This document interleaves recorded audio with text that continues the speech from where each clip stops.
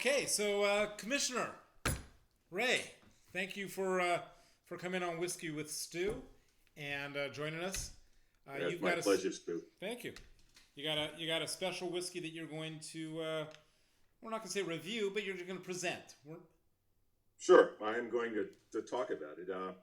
I am probably not like most of the presenters you have in that I'm primarily a wine guy, and I don't have the kind of sophisticated palate that a lot of your viewers might have. I like things, and if you ask me why I like a certain wine or a certain whiskey, I'll tell you because it's good, and that about covers it. So I like it. you won't get that. What you will get is a good working man's definition and working man's explanation of what I like to drink when I'm relaxing. Got it. So what are we reviewing today? What are we going to taste? Well, with that, what we're going to taste is the Balvenie 14. Raise it up a little bit. There we go. There you go. How's that? And then just put it into our face a little bit more. There we are.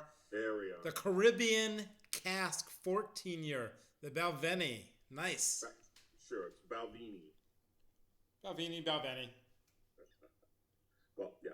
And it is, what I like about it is, I really can't explain it. The peatiness, the tardiness, all of those things, the hints of oak barrels, Caribbean cask barrels, metal steel barrels.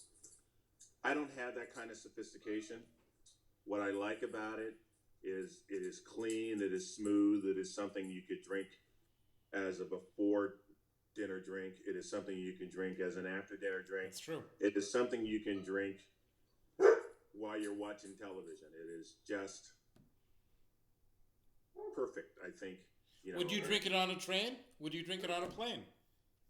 You can drink it anywhere. You can drink it over there. I'll tell you. And what I like about it, and I'll give you a quick demonstration of how I approach them, and you'll find it's pretty much, having been a wine connoisseur for a lot longer than I want to admit. Since you were 9? How I like to approach it. I got one of these too. Hey, funny how that works. Yeah, it's gorgeous. I will take a glass. I might look at the legs. I might try to make an evaluation there, but I'm going to take it. I'm going to swirl it. I'm going to let it breathe. I'm going to stick my big nose in it. Nice. I'm going to get a good whiff of it. And like a fine wine, I'm going to take just a tenth.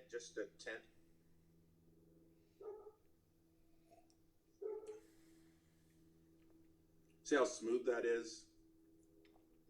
In wines, we talk about the finish, how the finish is nice and even. It doesn't fall off like an inexpensive wine. Yeah. It doesn't overwhelm you like a wine, with a lot of tannins in it. It's just very smooth. A lot of vanilla in there. So, I'm not sure how aware you are if you just fell in love with this bottle and you don't read the labels and you just kind of enjoy it. But this 14 year is a special, like Balvenie, by the way, or Balvenie, is one of my favorite distillers. They're right next door to Glenfiddich, Yep. where I visited in 2018. I really wanted to get over there, but there wasn't enough time. So they're literally next door, use the same water stream and source and same ownership. But this bottle is different. This product is different because it is the Caribbean Cask. Are you familiar with how they got its name? Nope. Okay, so I'm going to do another episode on barrels at another time because it's really fascinating. But usually these are typically, this is finished in a rum barrel. So in other words, this is done for 14 years in ex-bourbon barrels. Okay, come from the United States, they char them. Again, I'm going to have a whole nother discussion on that. But the latest thing that's become real big in Scotch whiskey single malts over the last 10, 20 years is the finishing. So they've had these things in the ex-bourbon barrels, which are about 53 gallons. They're not these massive Hogsmeade ones. So there's a lot of surface area. And then they don't tell you, but for a certain amount of time at the end, frequently we hear between 3 to 9 months for finishings. They put them into these rum barrels. Mm. So that's why you're liking this thing in particular, because it's so different. It's very strong vanilla. There's lots of toffee taste in there. And so it doesn't taste like rum per se, but you're getting some of that little leftover strong tropical vanilla-y toffees. And that's why this thing is so fruity and so strong. They finish it in this way. And I don't know of any other rum finished whiskeys. I'm sure there's others, but at least this is the most famous one. Sorry. No. Steal your thunder. To finish the story of how I like it. My first real experience into single malt scotches, about 10 years ago, I left a job that I was at with a company for 29 years. Yeah. And as one of the party gifts, I received a bottle of Macallan 18. Yeah, that's a nice bottle. Yep. And, just like most of the vices that I have in life, I kind of started off at the top. And I realized, as much as I love that if I was going to drink that, I was going to go broke very quickly. So about 6 years ago, I was at a bar and I asked the bartender, what is a good everyday scotch that I could enjoy, that I would enjoy as much as that Macallan you have up there on the wall? Yeah. And without hesitation, he pulled down the Balvenie and he said, go here. And I tried it, loved it. If you've got Macallan at your house, I will drink it. Don't worry about that. But when I'm at home, or if you're asking me if I'm ordering off a wine list, this is probably where I'm going to go. It's the smell, like I said, the finish is nice and even, like a fine bottled wine. These hold very well, and I just love it. It's yummy. It is definitely. I've never heard anybody who did not like this bottle. Do you know where you got this bottle? Where you purchased it? No. Well, this bottle is sold again. Costco has some really good bottles. This is like a mainstay. It's right next to Lagavulin 16 year. Yeah. And I think it goes somewhere between Costco's probably $54 bottle. If you go to your liquor store, I just looked it up real quickly before you came over. It's about $65. So this is a fine bottle. I don't know anybody who doesn't like it. Yeah, and one of the things about it that I particularly enjoyed, you're right, at that price break, it was much more economical for me than drinking Macallan 18 at considerably $300 a bottle now. At $300 a bottle. I didn't think they liked me that much at that company.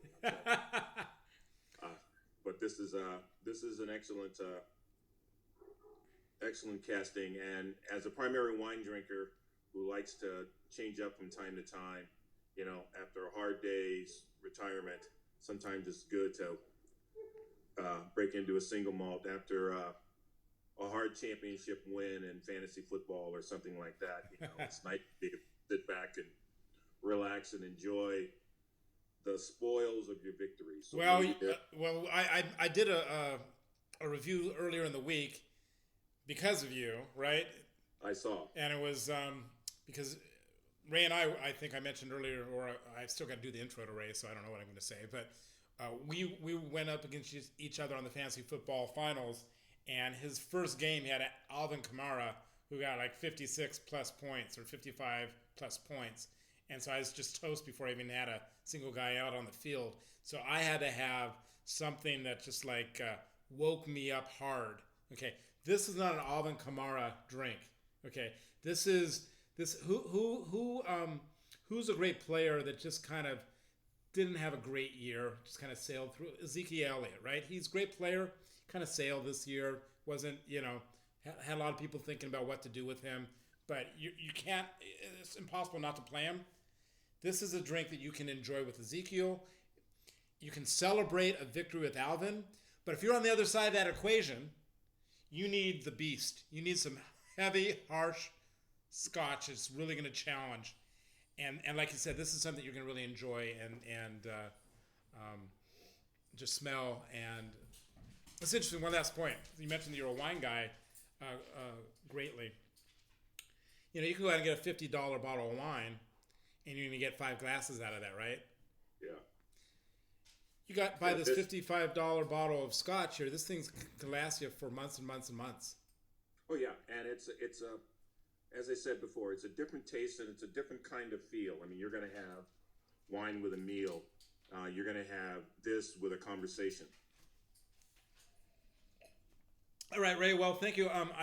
I do happen to have a Balvenie bottle downstairs. Ray is coming to us live from my backyard because of COVID restrictions. This was a way of also recording. So I do have a Balvenie downstairs. It's a 21-year finished in port. Well, that's very good. And by that I mean the barrels and not Long Beach. And that was given to me by my aunts, Betty and Estelle. So they get a shout out, and you, my friend, get a taste of that. And it's not going to be on Whiskey with Stu. It's going to be with Whiskey with Stuart. So thank you again, Ray, for joining us today. My pleasure, Stuart. And to everybody else, I hope during your introduction of me that you will refer to me by my new given name, which is Les Champions. Les Champions. Yeah, it's French, you know. It's French. What more needs to be said? Pleasure doing business. I've only had 2 sips and I can't even speak. Thanks, Ray. Thanks. All right, let's turn that off.